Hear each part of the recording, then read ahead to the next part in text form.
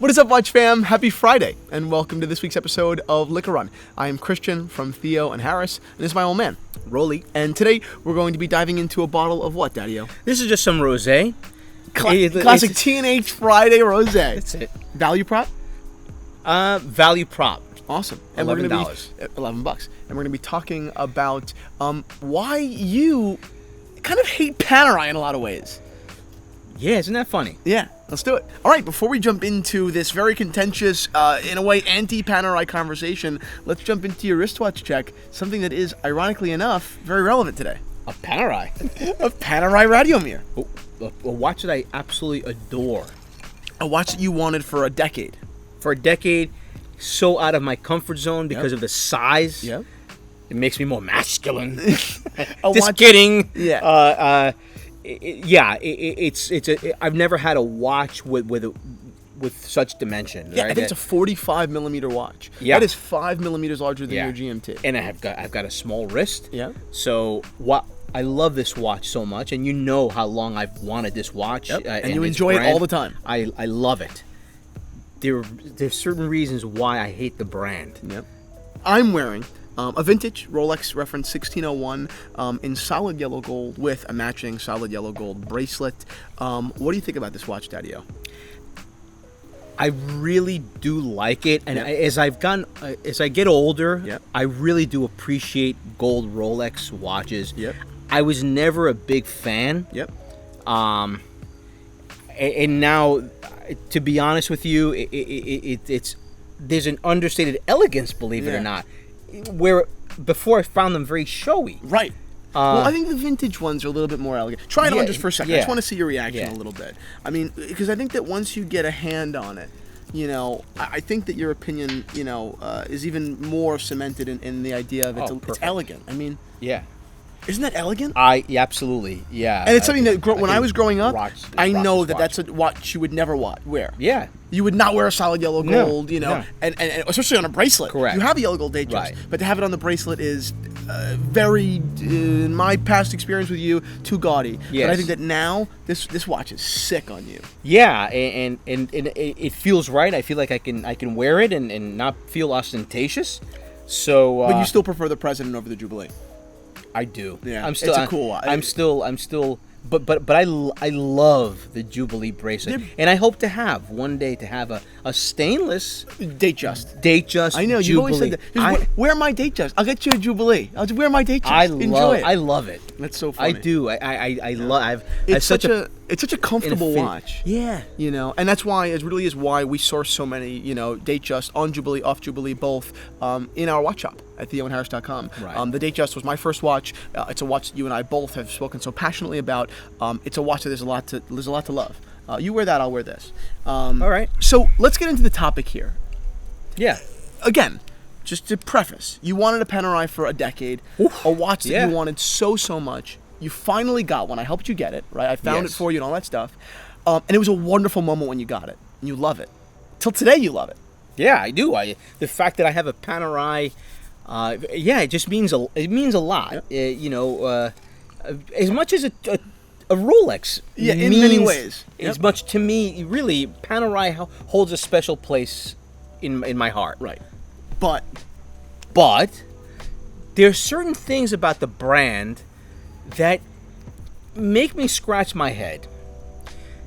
And I'm like, let me explain to you. Yep. Okay? Sometimes less is more. Yep. Right? You don't have to be over accessorized. Sometimes for a lady, just a simple pearl necklace, right? It's that's all you need, and beautiful, stunning, elegant. Yep. Panerai to me is that. Agreed. It's simple, large numbers, legible. Okay, you can. It has to be very water resistant. Very water resistant. The whole point. Okay, but when you start adding these complications, 100%, and power reserves, GMT hands, it's not the spirit of what I believe Panerai is or should be. 145% correct. This isn't even up for debate. You're right. What Panerai is as a brand has nothing to do with ultra high-end, hand-finished movements. It has nothing to do with in-house manufacture. It has nothing to do with hot horology. Panerai is a badass, true sports watch. Yes. Right? Just as much as the Rolex Submariner. Yes. If not, dare I say, more. Right. Okay? Look at their importance in the early part of the 20th century, into the mid-20th century. I mean, these were real dive watches, yes. real frogman dive watches. Yes. Watches that not just kind of occasionally did, were the purpose of them was to suit and to be a tool for people who needed a large legible watch underwater. And hand engraved balance cocks and Côte de Genève and perlage and all these fancy watches has nothing to do with Panerai. Yeah, it's nothing. It takes away. It's going so far away from its heritage. Yep. You know, and I don't understand.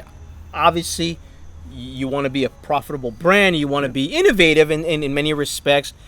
But then again, your bread and butter is what really sets you apart.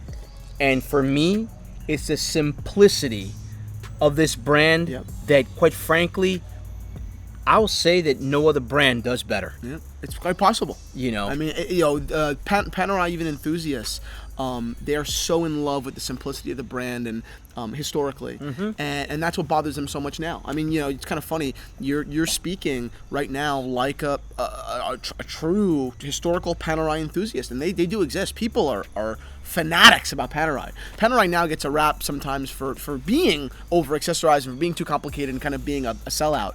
But really, Panerai historically is an incredibly true brand, and that was the beauty of it. And I couldn't agree with you more. But you own a Panerai that is ultimate in simplicity. Your Panerai doesn't even have its date. Doesn't have a date on it. It doesn't even have a date. But to be therein lies the charm of that watch. Yep, agreed. The ultimate utilitarian watch. Yeah, quite frankly. You can tell the time on this watch from across the room. And I love that. And it's water resistant. As I'm getting older, I love wearing that watch because I don't have to use my readers. Yeah. He doesn't use his readers in a restaurant. You should see in a restaurant when the menu comes. Right. My dad takes the menu like this. I go like this, or I go like this. Yeah. Oh, it's so great. Old age. Yeah. Old age. Right. So that's right. I agree with you. And it's a shame. And you know what the thing is, and we'll close on this note. I want to talk about the wine a little bit, but we'll close on this note. Basically, you wonder, why is it happening, right? Why is Panerai over-innovating? Why is Panerai going so far from their core, their roots? Am I wasting my breath by warning them, right? And the answer is yes, you are. We are. We're not wasting our breath because people are listening and they're being educated on the Panerai brand and what it means to you and people. But the brand doesn't care. The brand, it's all about money. It's profit, and profit isn't a dirty word, But Panerai, the brand, has decided that it's more profitable for them to be something that they are historically not. And you know what? I hate it. I hate that about them, but everyone's got to eat. And if that's their way to do it, then, salute, man. Whatever. But I'm not going to stop ridiculing you. Yeah. But salute. You do your job, I do mine. Yeah, and I'm a supporter of the brand. As they evolve. I mean, we'll see. But you ridicule and you love. Yeah, the same that's way. right. I mean, that's right. That's right. You can adore, but still point out something that doesn't feel right. Agreed. Daddy-o? Oh, wine quick, real quick. You know what? So because we're always truthful here, and we don't rehearse. Yep. Because God knows we don't. God knows rehearse. Just five minutes ago, before we were about to do the show, he goes, by the way, Christian, want to tell me what the fuck we're talking about? And I was like, oh, Panerai. You want to talk about Panerai? And he's like, yeah, sure, thanks. Yeah. So all I can tell you is that Mom purchased this wine. I did not. It's called La Promenade from Côte de Provence. So Mom purchased this wine, so I know nothing about it. Yep. But I will say this, and this is the name of this one is La Promenade Côte de Provence. So it is from Provence. I believe she got this one at Trader Joe's. Okay. I think she paid $11 for the bottle. Okay. I think. But rosé in America is the fastest growing segment within the market, within the class. And unfortunately, while that's great, because more people are drinking rosé. Unfortunately, a lot of people are drinking really bad rosé. Okay, so this happens to be a pretty nice Decent example. bottle.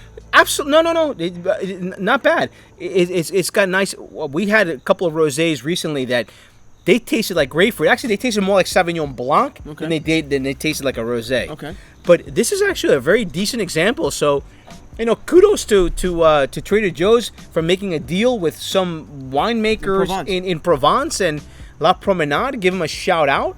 Okay, and it's Appellation Contrôlée from Provence. So this is pretty decent. I like it. Awesome. I like it. I'm enjoying it. I've had a couple of glasses.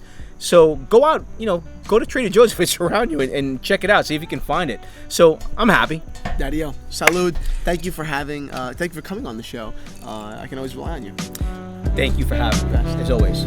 Love you. Love you too. All right. Salud, guys. I'll see you on Monday.